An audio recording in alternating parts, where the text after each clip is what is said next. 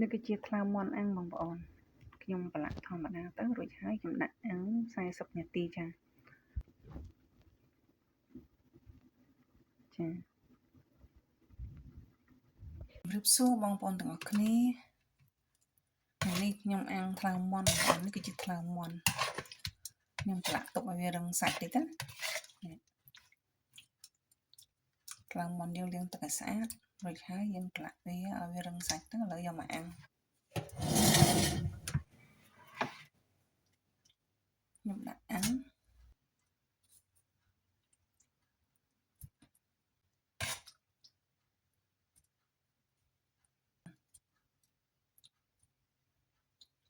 ហើយការប្រឡាក់ហ្នឹងក៏អញ្ចឹងដែរប្រឡាក់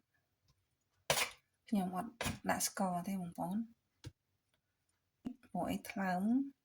ធម្មតាថ្លើមវាយកជាតិប្រៃណាឆាប់ចូលជាតិប្រៃអញ្ចឹងយើងដាក់តិចបានហើយកុំឲ្យប្រៃយើងលៃមើលអញ្ចឹងណាបងប្អូនខ្ញុំអត់បានវាស់វែងអីទេចាហើយថ្លើមនេះទៀត8ខាំបងប្អូន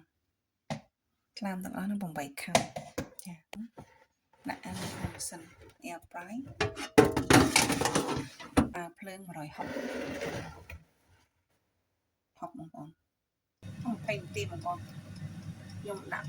20នាទីប្រហែលជា30បងប្អូន20នាទីអត់ឆ្អិនទេចាហើយចាំថែមទៀតអញ្ចឹងណាហើយដាក់ភ្លើង160ទៅយើងកុំដាក់ភ្លើងខ្លាំងពេកកាលណាដាក់ភ្លើងខ្លាំងពេកវាខ្លោចវាដូចថាវាទៅជាឆ្អិនតែខាងក្រៅបងប្អូនយើងបងប្អូន20នាទីបងប្អូនយើងប្រែវាចាប្រែវាមកអញ្ចឹងអ្នកឃើញស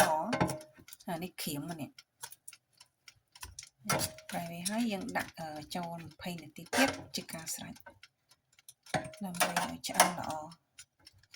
បងប្អូនភាពខុសគ្នា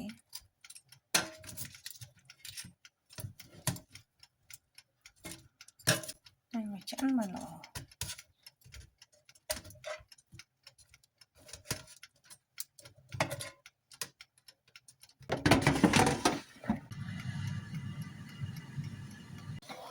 ឆ្អិនបងប្អូនមើលនេះ